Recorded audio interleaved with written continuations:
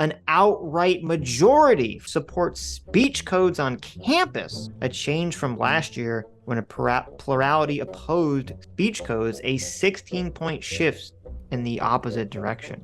That is crazy. Yeah, these are straight blasphemy laws. I don't see any difference. If you're telling people what they can and can't say, how's that not a blasphemy law? How are these kids so pathetically loserish that a bunch of Yeah. college kids are like, we need speech codes? Like, I can't even imagine when I went to school.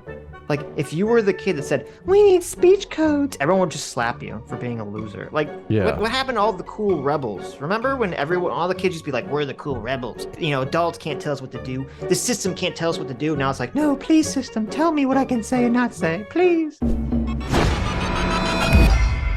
Hey now, another terrifying article for everyone to focus on. Okay. The Buckley Institute releases 9th annual National College Student Survey about free speech, censorship, and other issues facing the country. Uh-oh. Wow. Okay. Okay. How do you think this is going to go? Well, since you sent it to me to do a video on, I'm assuming it's going to be horror show. So you can see right at the top, there's a graphic. I know. Let's look at this graphic a bit here. What's going on here? It says, here's the question. It is sometimes appropriate to shout down or disrupt a speaker on my campus. 46% agree. Agree, disagree. And 45% disagree. So there's 1% more agrees that it's good to shout, sometimes appropriate to shout down speakers on a college campus. Wow. That's not good. That's not good. Well, is this 19% strongly agree? Yeah, 19% strongly, 26% somewhat. The Somewhat 46% agree. is the combined total. Oh, okay, of both those. Gotcha. Yeah. Okay. Okay. Yeah. Tough. Not good. It's like a 50-50 here. Yep. And then it says, for the first time, more students support shout downs and oppose them. And violence in response to hate speech is gaining an acceptance. Oh, God. Jeez. What's up with these 10 people, this 10% that's unsure? Those are like the normies. They're like, whatever. I don't care. Those are the swing voters that decide our elections at. They're just like, whatever. Please, no. No. They just want to do science or play video games or whatever they're doing in these colleges. And it says a plurality cannot bring themselves to being close friends with members of the opposite political party. Oh my God. So sad. Wild, yeah. So we're going to go over this. Just keep this in mind when someone tells you, like, I don't know why you guys focus on wokeness. It's not a big deal. Wokeness is really not a big deal in this country. It's just doesn't matter. Yeah, so, it's this ideological shaming. Yeah. It used to be this way with religious folks, right? Like, you can't be friends with him. He's an atheist. Oh, my God, you're going to burn in hell. What are you doing? Yeah, well, now it's political parties. Like, if any of these ideas were not about free speech from the left, but free speech, censorship from the right, or about like something like white nationalism, the left their hair would be on fire. Yeah. They'd be losing their minds. The Buckley Institute released the finding from its annual national survey of college students, gauging American college students' opinions on free speech, censorship, and the major issues facing the country. Conducted by McLaughlin Associates, this national survey of 802 undergraduate students attending four-year colleges and universities shows that today's college students are more censorious than ever. For the first time in the history of the poll, more students support shoutdowns, 46%, than oppose them, 45%. And also for the first time in the poll's history, an outright majority, 51% of college students support speech codes on campus, a change from last year when a plurality opposed speech codes, a 16-point shift in the opposite direction. That is crazy. Yeah, these are straight blasphemy laws. I don't see any difference. If you're telling people what they can and can't say, how's that not a blasphemy law? How are these kids so pathetically loserish that a bunch of college kids are like, we need speech codes? Like, I can't even imagine when I went to school. Like, if you were the kid that said, we need speech codes, everyone would just slap you for being a loser. Like, what happened to all the cool rebels? Remember when all the kids used to be like, we're the cool rebels? You know, adults can't tell us what to do. The system can't tell us what to do. Now it's like, no, please, system, tell me what I can say and not say, please. They died. They're gone. They graduated. This is so pathetic. Quote, too much of the censorship we see on campus comes from students poorly educated on the value of free speech and university administrators unwilling to stand up for those ideals. True, said Buckley Institute founder and executive director Lauren Noble. Remember this fact when we talk about who controls the culture, Adam, the left or the right. Look, I remember this every time it comes up, every time somebody says, oh, what are you talking about?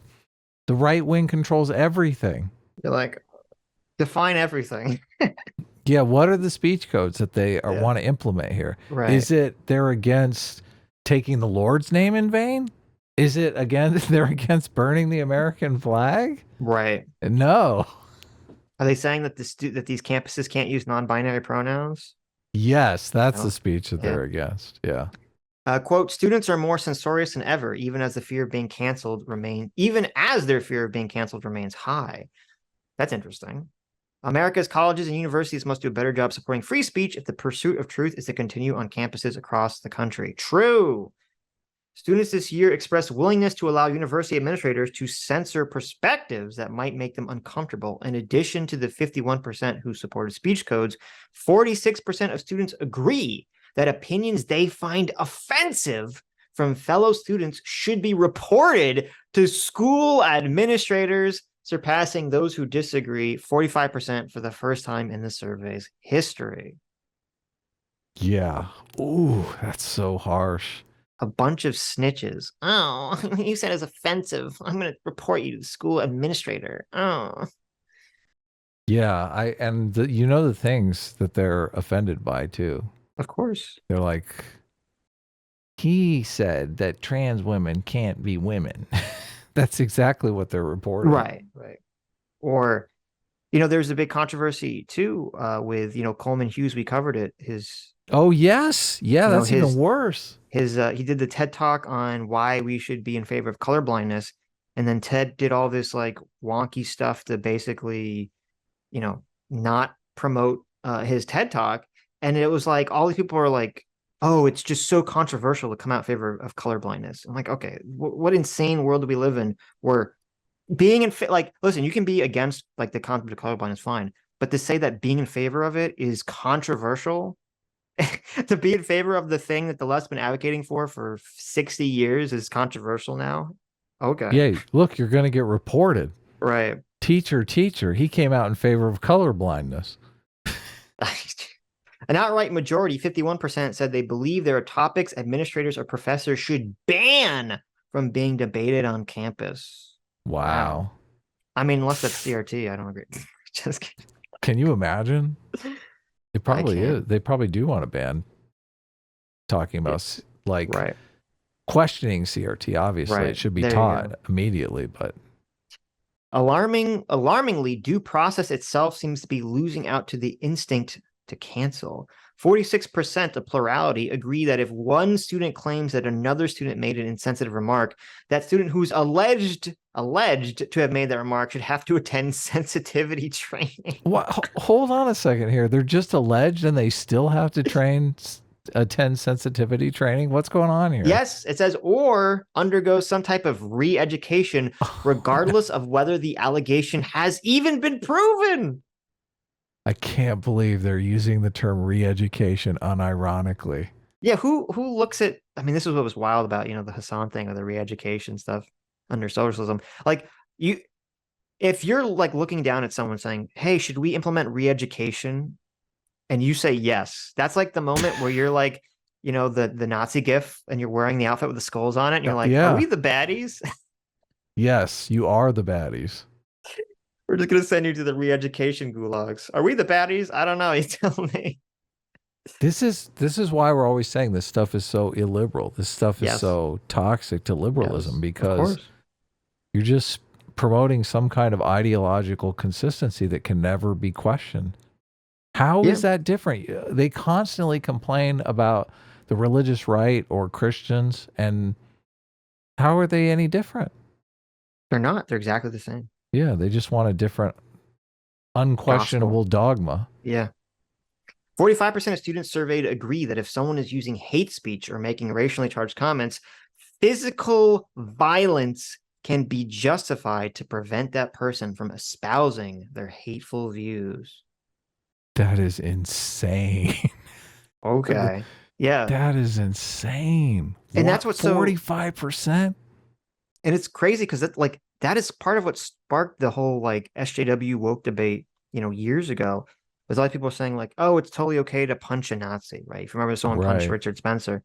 And my position was then what it is now, which is like the issue isn't, is it okay to punch Richard Spencer? It's that these people, what they classify as hate speech is so broad, so disgustingly broad. Like again, they're saying it's controversial to be in favor of colorblindness. Right.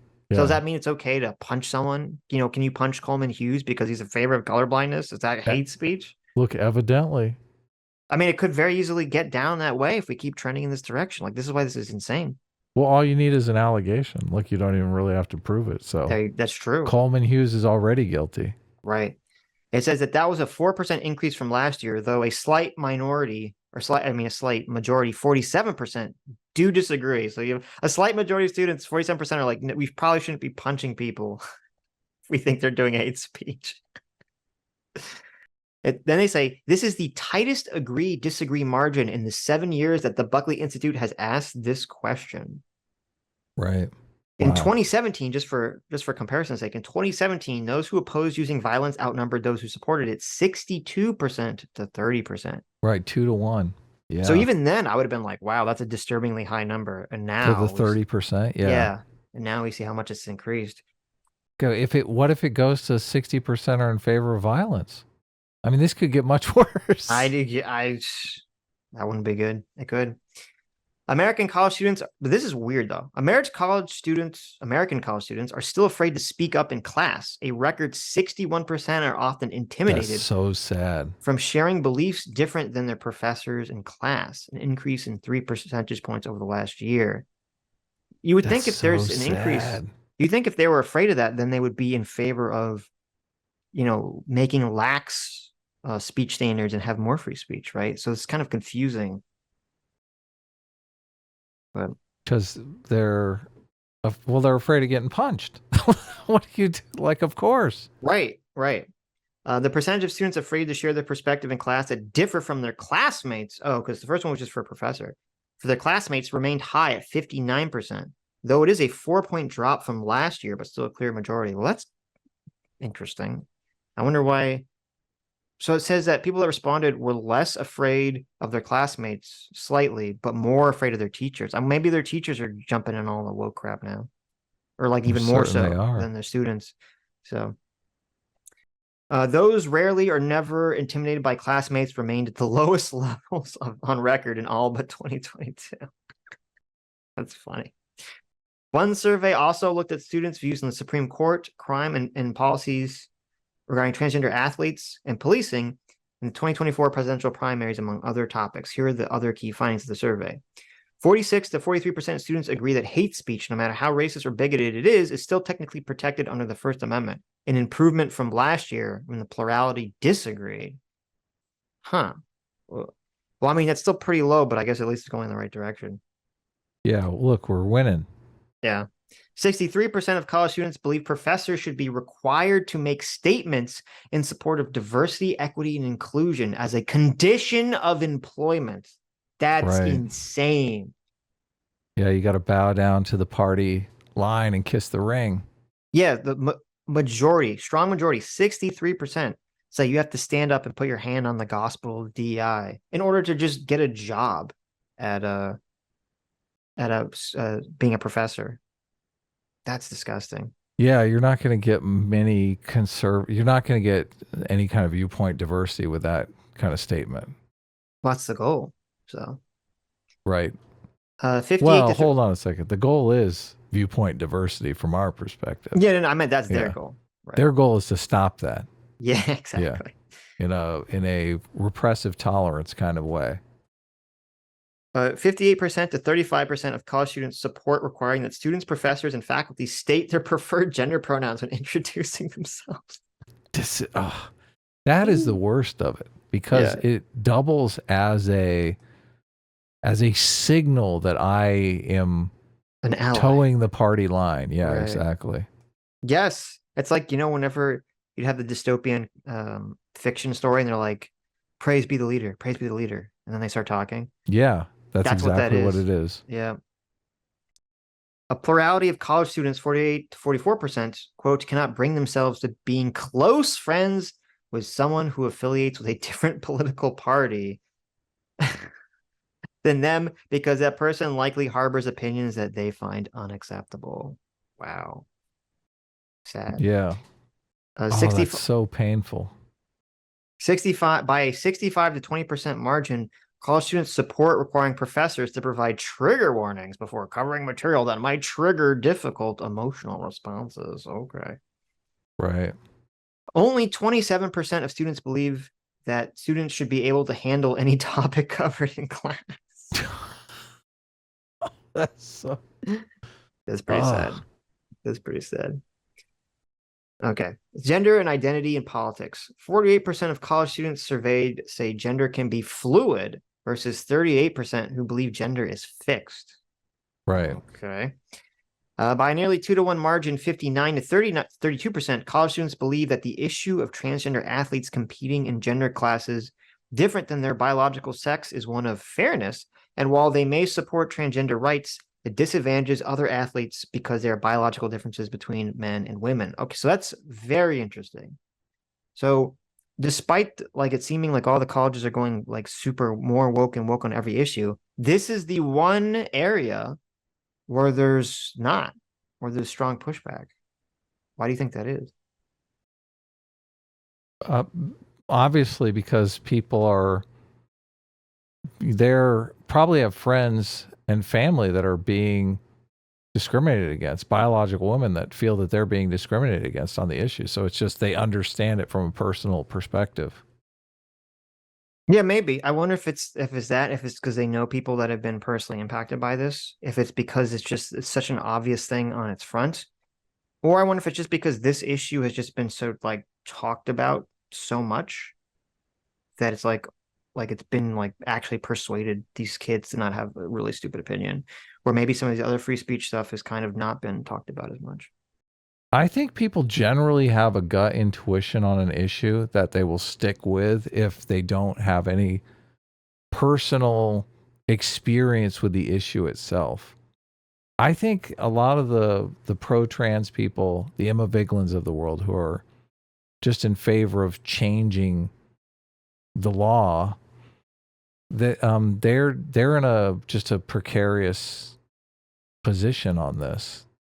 Most people are not in favor of it. So It says that represents an 18-point surge, so it's an 18-point switch from last year in net favorability for transgender athletes competing in accordance with their biological sex over transgender athletes being able to compete in whichever gender they choose. So that means that since last year in this poll, because they ask the same questions every year, presumably, it is an 18-point switch in terms of saying no, they have to compete according to their biological sex. So that's interesting. That is right there. People coming in contact with the ramifications of the policy. Maybe. Then they talk about who everyone wants to vote for. That's not super interesting. Obviously, the majority of Republican students want Donald Trump, and the majority of Democrat students want Joe Biden. Though the majority that want Joe Biden is only 31%. Pretty big majority, a pretty big minority, 13% want Mariana Williamson. 18% want Robert Kennedy Jr., 13% want someone else, and a whopping 25%, the second highest, are undecided at the moment, which is fascinating. Yeah, the next highest category is undecided. So it really shows you how not energizing Joe Biden is to the Democratic kids, at least. 37 to 31% of college students prefer to live in a socialist system over a capitalist one. An increase. How do you feel about that, Sitch? How do you disgusted, horrified, angry. We need to fix this. We need to get all this socialist gobbledygook out of our classrooms, Adam. Okay. Look, it just means they want a healthy welfare state. Yeah. Maybe. I don't know, because who knows how these dumb kids. I mean, half the kids that are advocating for socialism don't even know what they're talking about. Yeah, they just want a strong social safety net. Yeah. And look at you. You're here losing your mind over it. That's true. You Who think they knows? want workers' co-ops everywhere or something. Well, who knows? We don't know. They don't know. Here's one. Nearly half, 49%, believe that shoplifting and petty theft are minor crimes that are often victimless. And that billion-dollar corporations like Target, Walmart, and CVS are not harmed. That's so bad. What has happened here? They hear all this garbage bread tuber nonsense where they're like, shoplifting is based. All those people need to feed their families when they steal all the iPhone cases. Remember when we talked about shoplifting in our identity politics debate? This is exactly what I'm talking about here. Go. People are trying to lionize shoplifters as if they're Robin Hood or something. Yes, they're all Aladdin and Robin Hood. By contrast, only 43% say it's wrong to not investigate and prosecute shoplifting and petty theft. Only 43%. Disgusting. 48%, 37% of students believe the Supreme Court has become nothing more than a partisan institute like Congress, is outdated, and contributes to the decline of America, while 37% believe the court, even with its flaws, is still important to the system of checks and balances of the American government. Well, I kind of like half agree with that. I do believe the Supreme Court is as partisan as Congress. I don't disagree with that. But I do think it's obviously an important part of our system of government and needs to continue to exist. Yeah, this is just feels like bad education. Feels like inexperience with how these institutions actually function. Right. So. Well, actually, let me be a little bit more kinder. I don't think it's actually fair to say the Supreme Court's as partisan as Congress, because there's a decent amount of times where certain right-wing and left-wing judges will vote seemingly in the other direction based on the law. So I should be more kind to the Supreme Court. Well, and the whole incentive structure around keeping your position is removed. They're not worried about getting voted out in the next election. Yeah, they're just worried about continuing to go on very expensive trips with their friends that are giant donors to the Republican Party. You think so? You think that's it?